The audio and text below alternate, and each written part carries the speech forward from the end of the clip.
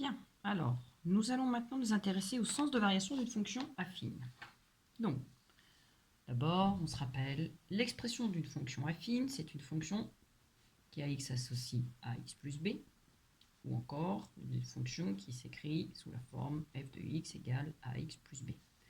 Ma fonction f est définie sur R,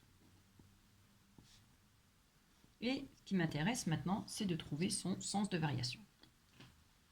Le sens de variation d'une fonction affine, eh bien, il y a un élément particulier qui va nous permettre de déterminer le sens de variation d'une fonction affine.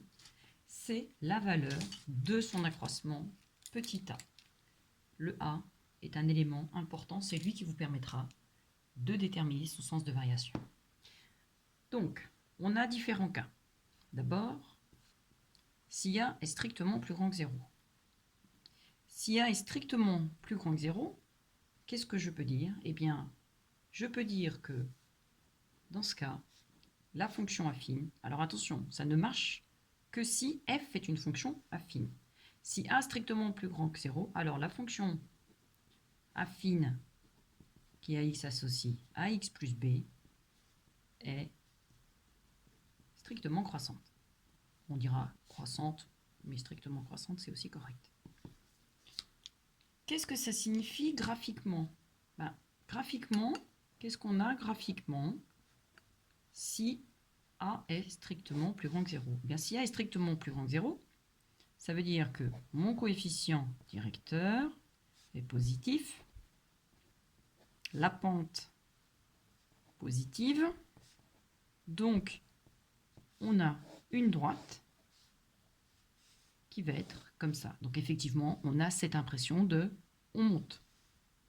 Donc, fonction affine avec un accroissement strictement plus grand que 0, c'est une droite qui a une inclinaison qui est plutôt montante, c'est une fonction qui est croissante.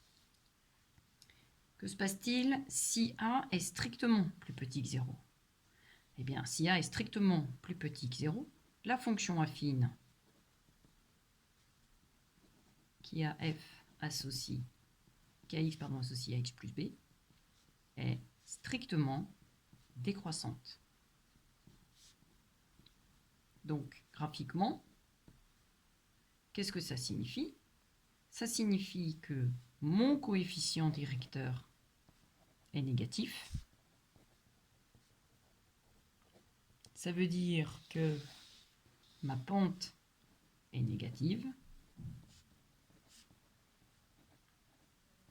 Et ça veut dire que j'ai donc une représentation graphique qui va être de ce style. Je descends, donc effectivement, la fonction associée est une fonction qui est une fonction décroissante. Il nous reste un dernier cas, c'est le cas où a est strictement égal à 0. Et que se passe-t-il si a égale à 0? Alors dans ce cas, la fonction affine, eh bien, elle s'écrit sous la forme f qui a x associe b.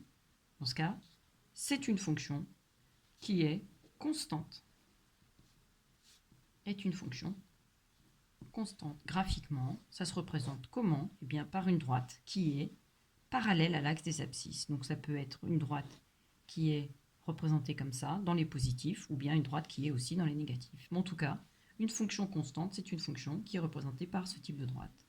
Et ici, l'équation de ma droite y égale b, alors que dans les deux autres cas, j'ai deux droites qui ont comme expression y égale à x plus b à chaque fois. Donc, que faut-il retenir? A strictement plus grand que 0. Si ma fonction est une fonction affine, alors j'ai une équivalence avec strictement croissante. Si a est strictement négatif et que ma fonction est une fonction affine, eh bien celle-ci sera strictement décroissante.